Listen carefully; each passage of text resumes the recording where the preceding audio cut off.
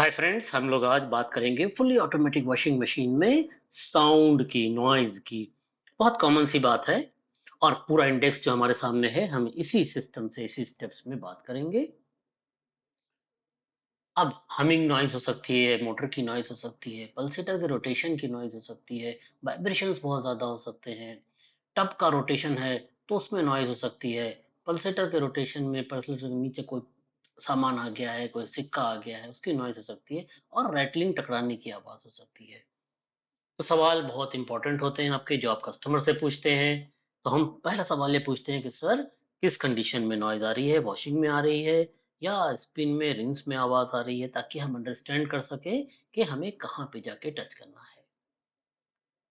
तो ये छोटे छोटे सवाल आपको हमेशा अंडरस्टैंडिंग देते हैं, ताकि आप सही तरीके से प्रॉब्लम को सॉल्व कर सके। पूछते हैं कि अगर क्या रिपेयर हुआ है, पहले किसी ने रिपेयर किया है, कोई चीज बदली गई है, मोटर बदली गई है, मैकेनिकल असेंबली बदली गई है। तो अगर हम ये सवाल कस्टमर से ट्रू वे पूछते हैं, सही तरीके से पूछते हैं, तो बहुत सी इंफॉर्मेशन हमको कलेक्ट हो जाती है, ताकि हम प्रॉपर सॉल्यूशन दे सकें। कई बार ट्रॉलीज का इस्तेमाल होता है, ट्रॉली बैलेंस ना होने की वजह से फुली ऑटोमेटिक में खास तौर से स्पिन के टाइम पे आवाज होने लगती है। तो ये सवाल जरूर पूछें। अब ये वो पॉइंट्स हैं जिनको हमें चेक करना है।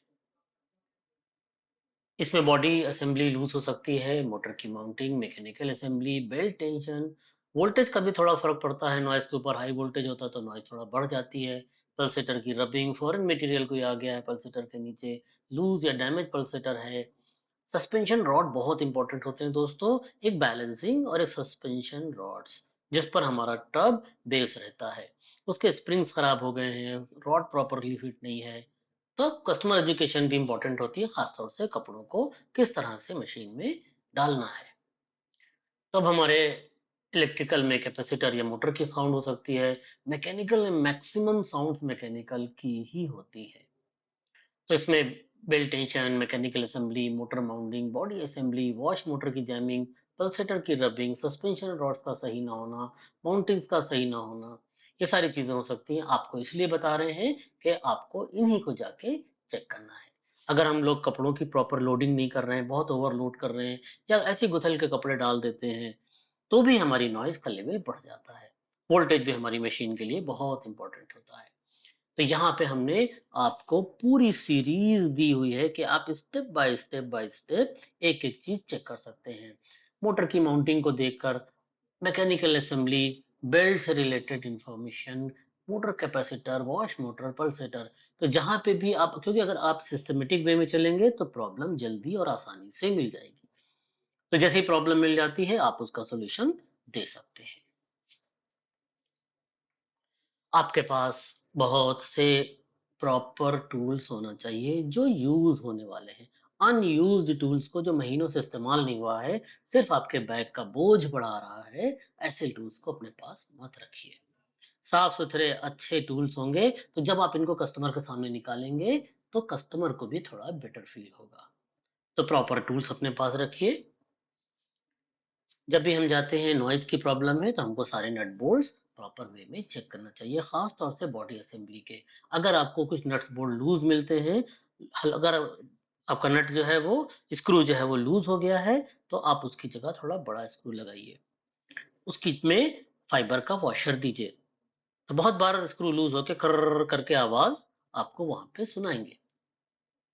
कई बार जो मोटर है, वो मोटर का जहाँ पे टाइटिंग हम करते हैं, हम उसमें गैप बढ़ जाता है या वो ज़ंग आके गल जाता है। तो इसका भी ध्यान रखिए, ख़ास तौर से मोटर की जो माउंटिंग है। अगर ये लूज़ है, ख़राब हो गई है, तो आपको मोटर फिर चेंज करना होगा। बहुत बार हम लोग प्रॉब्लम को सॉल्व करने जाते हैं, तो वो प्रॉब्लम हमारे कंट्रोल के बाहर होती है। तो उस वक़्त कंडीशन क्या होती है कि हमें उस प्रोडक्ट को, जो हमने स्पेयर यूज़ किया है, वहाँ पे चेंज कर देना चाहिए। अब मैकेनिकल असेंबली से रिलेटेड काफ़ी प्रॉब्लम आ सकती है नॉइज़ को लेके। जैसे मैकेनिकल असेंबली बीच-बीच में जैम हो जाती है, अब हाथ से घुमा रहे नहीं घूम रही है। इसी तरीके से बेल्ट स्लिप हो रही है, मैकेनिकल असेंबली के अंदर से आवाज आ रही है। मैकेनिकल असेंबली बेसिकली क्या है कि सन गियर्स का एक बॉक्स है जो कि स्पीड को कंट्रोल करता है, खास तौर से पल्सेटर की स्पीड को, और चेंज ओवर भी करता है कि जब कभी पल्सेटर से मतलब वॉशिंग से हमें ड्राई करने के लिए स्पिन पे ले जाना होता है, तो उसमें एक खास अरेंजमेंट होता है जो इस स्पीड को पल्सेटर से ट्रांसफर करता है टब के लिए। तो बहुत ये सोफिस्टिकेटेड आपका स्पेयर है, पार्ट है हमारी मशीन का, तो बहुत केयरफुली उसको हम देखते हैं। तो सारे आप मैकेनिकल असेंबली के नट बोल्ट देखिए कि प्रॉपर्ली टाइट है कि नहीं टाइट है। उसकी शैफ्ट को देखिए, शैफ्ट से कनेक्टेड पल्सेटर होता है, उसको प्रॉपर्ली चेक करिए। रस्ट आ गया है या लीकेज आपको दिखता है, उसके अंदर ग्रीस रहती है क्योंकि सन गियर्स मूव कर रहे हैं लगातार, तो वो ग्रीस अगर खराब हो गई है, ओवर हीटिंग की वजह से, घिसने की वजह से पतली होकर बाहर आ रही है, दैट मीन्स कि अब टाइम आ गया है कि हम अपनी मैकेनिकल असेंबली को चेंज करें। बेल्ट का टेंशन बहुत इंपॉर्टेंट रोल प्ले करता है, बेल्ट की क्वालिटी भी बहुत इंपॉर्टेंट रोल प्ले करती है। अगर बेल्ट जो है वो आप एक तरफ से खींच के दबा के देखते हैं और उसमें आपको झिरियां दिख रही हैं या वो वहां से कट सी गई है, टियर अप हो गई है बेल्ट, तो बेल्ट चेंज करना है। अगर उसमें जो टेंशन है वो रिड्यूस हो गया है बहुत ज्यादा या बहुत टाइट बेल्ट भी आवाज करती, तो बेल्ट में थोड़ा सा प्ले होना चाहिए। 5 mm का प्ले अगर है तो आपकी बेल्ट प्रॉपरली काम करेगी। तो सबसे पहले तो हम लोग बेल्ट को चेक करते हैं। 5, 7, 10 mm तक का प्रेशर, मतलब जो उसका डिस्प्लेसमेंट है वो अलाउेबल है। अगर बहुत लूज बेल्ट है या बिल्कुल भी दब नहीं रही है, दैट मीन्स कि यह साउंड करने वाली है, मैकेनिकल असेंबली पर बेवजह का लोड डालेगी। तो ये बहुत इंपॉर्टेंट है। बियरिंग्स का भी ख्याल रखते हैं। हमारी मैकेनिकल असेंबली के अंदर बहुत ज़्यादा टाइट, बहुत लूज़ अगर बेल्ट टेंशन है, तो भी परेशानी, खराब बेल्ट है, तो भी प्रॉब्लम हो सकती है, उसको रिप्लेस कीजिए। और जेन्युइन उसी तरह की, उसी नंबर की बेल्ट हमेशा यूज़ कीजिए। बेल्ट चौड़ी पतली होगी तब भी साउंड बढ़ जाएगा, गर्म होना बढ़ जाएगा बेल्ट का और जल्दी खराब हो जाएगी। वोल्टेज कंडीशंस को देखिए, वोल्टेज जो हमारा रिक्वायर्ड स्टिकर पे लिखा है वो वोल्टेज होना चाहिए। कैपेसिटर को चेक करिए, कैपेसिटेंस मीटर आता है। मोटर की जैमिंग, मोटर की नॉइज चेक करिए। तो अगर ये कंडीशंस है तो मोटर को रिप्लेस कीजिए। आपको इलेक्ट्रिकल का तो पूरा ख्याल रखना है। राइट में फेस, लेफ्ट में न्यूट्रल, ऊपर earthing. There must not be, यहाँ पे कोई भी वोल्टेज नहीं होगा अर्थ और न्यूट्रल में। जो सप्लाई आपकी फेस न्यूट्रल में आ रही है वही सप्लाई फेस और अर्थ में आना चाहिए। तो ये स्टिकर आपका बैक साइड पे लगा रहता है कि हमारी मशीन किस रेंज में वर्क करेगी। तो यहाँ पे हमेशा हम ख्याल रखेंगे कि मेरी इलेक्ट्रिक, क्योंकि इलेक्ट्रिक से ही आपकी मशीन की लाइफ बढ़ने वाली है अगर प्रॉपर इलेक्ट्रिक मिल रही है तो ध्यान रखेंगे आपका जो कनेक्टर है, जो आपका प्लग है वो लूज नहीं होना चाहिए। जब भी प्लग निकालें तो वो बिल्कुल साफ सुथरा चमकीला दिखना चाहिए। अगर उसके लेग्स जो है वो बर्न हो गए हैं या ब्लैकिश हो गए हैं, दैट मीन्स कि अब आप इसको चेंज कीजिए, पूरी वायरिंग चेंज करिए। कभी भी हमको वायरिंग काट पीट के दूसरा उसमें जोड़ एकदम नहीं लगाना चाहिए। कैपेसिटर का भी कैपेसिटेंस हम कैपेसिटेंस मीटर से चेक कर सकते हैं। अच्छी क्वालिटी के मल्टीमीटर हैं तो उसमें भी कैपेसिटर को चेक करने की फैसिलिटी होती है। जो भी कैपेसिटर के ऊपर 10 माइक्रोफैराड, 11 माइक्रोफैराड, जो भी उसके ऊपर नोटेड है वो आपको मिलना ही चाहिए। तो कैपेसिटर अगर वीक हो गया है तो कैपेसिटर को चेंज कीजिए। बहुत बार एक चीज हो जाती है दूसरी नहीं होती, मतलब वॉशिंग चलने लगेगी तो स्पिन रन नहीं कर रही है। स्पिन में स्पिन जो हमारा टब है उसका वेट ज्यादा होता है, तो अगर वीक हमारा कैपेसिटर है तो वो उसको चलाने में भी प्रॉब्लम करेगा। तो प्रॉपर कैपेसिटर की टेस्टिंग आपको आना ही चाहिए, आपके मीटर में ये फैसिलिटी होना चाहिए। तो यहाँ पे हम लोग 9 वोल्ट का, जो 9 वोल्ट का सेल आता है उससे कैपेसिटर को चार्ज कर रहे हैं। जब हम इस कैपेसिटर को चार्ज करके देखेंगे अपने मल्टीमीटर पे डीसी सप्लाई, तो ये हमको एग्जैक्ट वही सप्लाई दिखाए जो हमने इसको चार्ज किया है। लेकिन तुरंत ही सप्लाई आपकी गायब हो जाती है, जीरो हो जाती है। दैट मीन्स कि आपका कैपेसिटर ठीक काम कर रहा है। तो छोटी छोटी टेस्टिंग्स हमारी सही होना चाहिए। तो जब हम इसको कंटिन्यूटिव लगाते हैं, इनिशियल स्टेज में बीप आती है, उसके बाद बीप खत्म हो जाती है। कैपेसिटर हमारा डिस्चार्ज हो जाता है। तो ये हमारा सही कैपेसिटर है। और अगर लगातार बीप आ रही है, दैट मीन्स के कैपेसिटर जो है वो शॉर्ट हो गया है। इसी तरह से हमको मोटर को टेस्ट करना भी आना चाहिए। मोटर में हमेशा आपको 3 तार दिखेंगे, एक कॉमन होगा और एक क्लॉकवाइज और काउंटर क्लॉकवाइज के लिए। जब सप्लाई चेंज होती है तो क्लॉकवाइज या काउंटर क्लॉकवाइज मूव होता है। बहुत ध्यान देने वाली बात है कि जब कभी भी हम कैपेसिटर यूज करते हैं, और हमेशा कैपेसिटर तो यूज होगा ही होगा, तो कभी भी फेस न्यूट्रल डायरेक्टली कैपेसिटर पे नहीं जाएगा। अगर आपने फेस न्यूट्रल डायरेक्टली कैपेसिटर पे डाल दिया तो फिर कैपेसिटर बर्स्ट हो जाएगा।